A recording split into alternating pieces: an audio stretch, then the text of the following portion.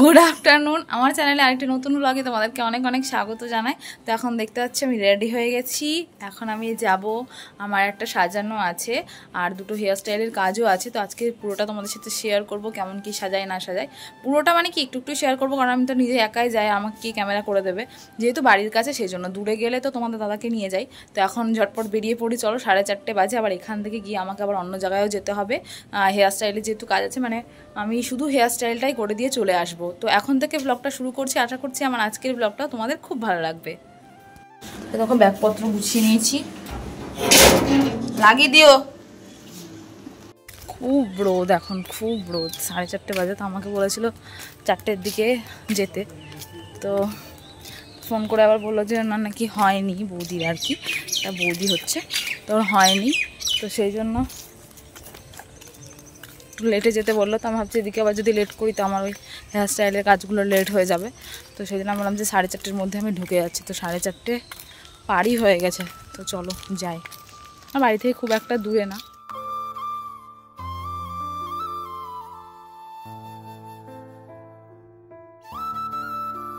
বাড়ির কাছে হলে কি হবে, একা একা আসতে আমার ব্যাগ নিয়ে একটু অসুবিধেই হচ্ছিল, কারণ মেকআপের ব্যাগ তো একটু ভারী হয়। তো এই দেখো চলে এসেছি। ওদের বাড়ির বাইরেটা কিন্তু বেশ ভালো করেই সাজিয়েছিল। আর নিচে একটুখানি কথা বলে চলে আসলাম ওপরে, কারণ বৌদি ওপরেই ছিল। আর ওপরে উঠতেই দেখছি ডাইনিংটা কিন্তু খুব সুন্দর করে অলরেডি সাজানো হয়ে গেছে, কারণ ওখানেই হবে কেক কাটিং। তো এই দেখো আমি এসে একটুখানি বসেছিলাম যে বৌদি একটু মুখটুক ধুয়ে আসুক। আর এখানে মেকআপের জিনিসপত্রগুলো সব বের করে নিয়েছি। আমার অনেক বেশি জিনিসপত্র তো নেই, তবে যেটুকু আছে সেটুকু দিয়ে আমার কাজ ভালো মতোই চলে যায়। তো এবার বসে পড়েছি মেকআপ করতে। এখানে মিষ্টু ছিল বলে মিষ্টুই আমার একটু একটু ভিডিও করে দিচ্ছিল আর কি। আর আমি তো সাজাতে থাকি, আর তোমরা কিন্তু অবশ্যই কমেন্ট করে জানিও যে আমার সাজানোগুলো তোমাদের কেমন লেগেছে।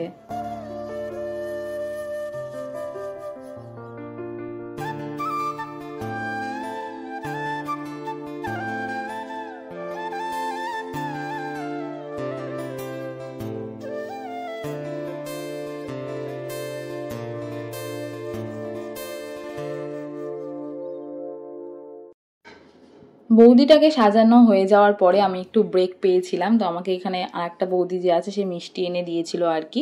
আর এই হচ্ছে আমার ফার্স্ট পার্টি মেকআপ। আর এরপরেই আমি ব্যাক টু ব্যাক 3জনকে সাজিয়েছিলাম। তোমরা হয়তো একটা জিনিস দেখলে বুঝতে পারবে যে মানে এই ঘরে কতজন মানুষ আছে। মানে সত্যি কথা বলতে যে এই প্রথম আমি কোথাও সাজাতে গিয়ে এতজনকে অ্যালাউ করেছিলাম ঘরে, নাহলে করি না আমি। সত্যি নিজেরও কাজে খুব ডিস্টার্ব হয় আমার, এই জন্য হচ্ছিলো। বাট কিছু করার নেই, যেহেতু ওই ঘরটায় এসি ছিল, সেই জন্য সবাইকে আর কি বলবো, আর কিছু বলিনি। তো এই দেখো ওই বৌদিটাকে তোমাদেরকে দেখালাম। দেন আবার এই বৌদিটাকেও সাজিয়েছিলাম। শাড়ি ওরা জাস্ট একদমই নর্মাল র্যাপিং করেছিল, বাট হেয়ার স্টাইলগুলো ওদের ভীষণ সুন্দর সুন্দর করে দিয়েছিলাম গজরা দিয়ে। তো এই দিদিটাকেও সাজিয়েছিলাম। আর সবার লাস্টে সাজিয়েছিলাম ওই পুচকু বুনুটাকে। ওর তো একবার রাগই হয়ে গেছিলো যে আমার এত লেট হচ্ছে কেন। আসলে ও প্রথমে বলেনি সাজবে, বাট সবার সাজা দেখে ওরও ইচ্ছে হয়। তো ওকেই দেখো সাজিয়েছিলাম। তো তারপরে আমি ভাবছি না বেরিয়ে যাবো। তো ওই টাইমে আর কি কেক কাটিংও শুরু হয়েছিল। আর একটা মজার বিষয় কি জানো তো, এই দিন দাদু আর নাতির একসাথে জন্মদিন সেলিব্রেট হচ্ছিল। আর এতক্ষণ ধরে দাঁড়িয়ে দাঁড়িয়ে আমার পায়ের অবস্থা ভীষণ খারাপ হয়ে গেছে। তাই আমি ভাবছিলাম যে কখন বাড়ি যাব। এতক্ষণ আমার সাজানো হলো, 9:30 বাজছে। আমার যেখানে যাওয়ার ছিল আর এক জায়গায়, সেখানে আমি পুরো ক্যান্সেল করে দিয়েছি। বাড়ি গিয়ে বলছি চলো, এখন অন্ধকার। তো এইমাত্র বাড়িতে আসলাম, 10:10 বাজে। আর ভালো লাগছে না, পা পুরো ব্যথা করছে, গোড়ালি ব্যথা করে আমার। একটাই সমস্যা, একটা সমস্যা সাজানোর পর অনেক সমস্যা, তার মধ্যে এটা একটা হয়েছে এখন। তো আর এক জায়গায় আমার যেখানে সাজানো ছিল, সাজানো তো না, হেয়ার স্টাইল বললাম কাজ ছিল। তো এই বাড়িতে গেলাম, এরা কেউই ছাড়ছে না, সবাই সাজবে। তো সেই জন্য ওটা আবার আমি ফোন করে মানা করে দিলাম যে এখন আমি যেতে পারছি না। তো ওরা শুধু চুল বাঁধার জন্যই বলেছিল। আমি তাও বললাম যদি 8টার মধ্যে পারি তবে যাব। তো কিছু করার নেই। এখানে আমাকে মানে সবার ভিডিও তাও করতে পারিনি, এই 2-1টা মিষ্টু করে দিয়েছে, তোমাদের সাথে তো শেয়ার করব, দেখবে। আর ছবি আছে। আমি এখন আবার রেডি হয়ে যাব, যেহেতু নেমন্তন্নও আছে আমাদের। মাকে বলছি রেডি হতে, মাও দেখছি রেডি হয়নি। তো এখন যাব, গিয়ে তোমাদেরকে সবাইকে একটু একটু করে দেখাবো।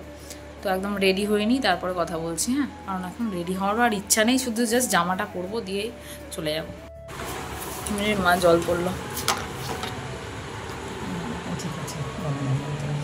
আমি তো রেডি, মা এখানে রেডি হচ্ছে। ভাইয়ের জন্য অপেক্ষা করছি, ওর ফোনটাও চার্জে দিয়ে গেছে, তো আসছে বললো, ওর একটা বন্ধুকে ফোন করা হলো, তখন আমরা যাবো। দেখি দেখি দেখি দেখি দেখি, ইয়া না আমার জামা নোংরা করে দিল, আমি এখন যাচ্ছি।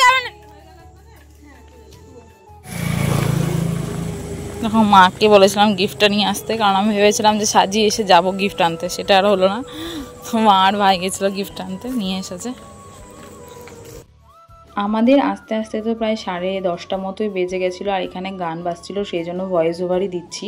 দুপুর থেকে অবশ্য গান বাজছিলো। এই দেখো লাইটিংগুলো এখন জ্বালিয়েছে, ভীষণ সুন্দর লাগছে। আর এই দেখো পুচকুটা বসে আছে, ওরই আর কি 5 বছরের জন্মদিন, তো ওকে গিফটটা এখানে দিলাম। মা একটা গাড়ি নিয়ে এসেছিলো, মা আর ভাই গিয়ে, তো আমি আর মিষ্টু একটুখানি ফটোশ্যুট করছিলাম। আর ব্যাকগ্রাউন্ডটাও কিন্তু খুব সুন্দর করে সাজিয়েছিল। ভেবে তো ছিলাম যে এখানে একটু বসে ফটো তুলবো, বাট সেটা আর হয়নি, কারণ অনেকটা রাত হয়ে যাচ্ছে আর খাবারও খেতে হবে।